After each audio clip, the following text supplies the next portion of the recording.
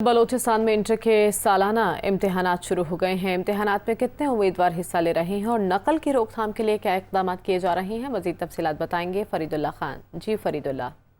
जी, बलूचिस्तान में इंटरमीडिएट के सालाना इम्तिहानात जो है आज से शुरू हो गए हैं, जिनके लिए Balochistan board of intermediate and secondary education ने सूबे भर में तकरीबन 240 सेंटर जो है वो कायम किए गए हैं, जहाँ 720 का अमला जो तैनात किया गया है। इन सेंटर्स में इम्तिहान देने वालों को निगरानी करेंगे। इसमें एक इम्तिहान में जो है इस बार 88,787 स्टूडेंट जो है, जिनमें मेल एंड फीमेल दोनों शामिल हिस्सा ले रहे हैं और इम्तिहान देंगे। इम्तिहान जो है आज से लेकर 17 जून तक जारी रहेंगे। इस वक्त Balochistan board of intermediate secondary education की जो चेयरपर्सन है सादिया फारूकी साहब हमारे साथ मौजूद हैं। उनसे हम पूछते हैं कि जो नकल का एक रुझान है सूबे में करने का स्टूडेंट की जानिब से, उसकी रोकथाम के लिए उन्होंने क्या स्टेप्स हैं? हमने इस दफ़ा बहुत सारी इस्लाहात की हैं नकल रुकने के हवाले से। आपको पता है कि नकल ऐसा नासूर है जो हमारी आने वाली जनरेशन को जो है वो तबाह कर रहा है।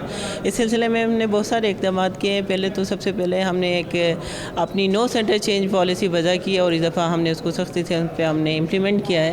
लास्ट टाइम भी हमने मैट्रिक के एग्ज़ाम में भी ऐसे किया था कि कोई सेंटर चेंज नहीं होगा। ये हमें बताइए कि जो सेंटर्स आपने बनाए हैं इसमें नकल रोकथाम के लिए जो आपने 3 स्टेप, इसके अलावा क्या कोई CCTV कैमराज नस्ब करें कि नहीं? नहीं, CCTV कैमराज तो हमने नस्ब नहीं किया, लेकिन हमने एक कंट्रोल रूम बनाया और हमने एक ऐप बनाई है, मोबाइल ऐप। वो हमारे पास रियल टाइम एप्लीकेशन है फॉर अटेंडेंस को, जहाँ पे जैसे हमारे सेंटर इंस्पेक्टर वहाँ विज़िट करते हैं तो हमें फ़ौरन पता चल जाएगा। बच्चों की अटेंडेंस हमें फ़ौरन देर एंड देन पता चल जाएगी। जी, इनका कहना है कि नकल के नासूर को रोकने के लिए जो तमाम मुमकिन जो इक़दाम वो उठाए।